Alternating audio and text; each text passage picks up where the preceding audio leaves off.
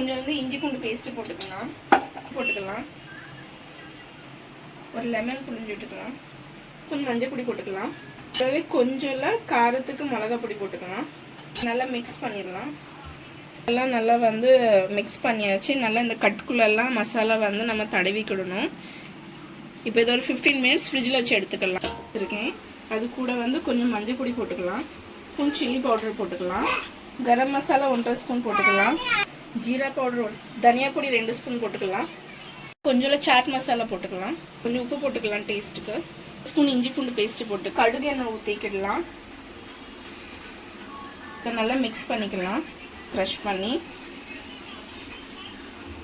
Marination பண்ணி வச்சு சிக்கனில் போட்டுக்கலாம்.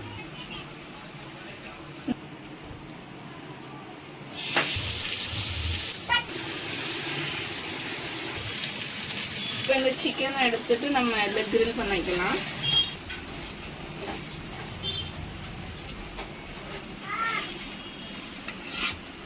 சிக்கன் தந்தூரி, மயோனேஸ், ஆனியன், வேறு வந்துட்டு புதினா சட்னி.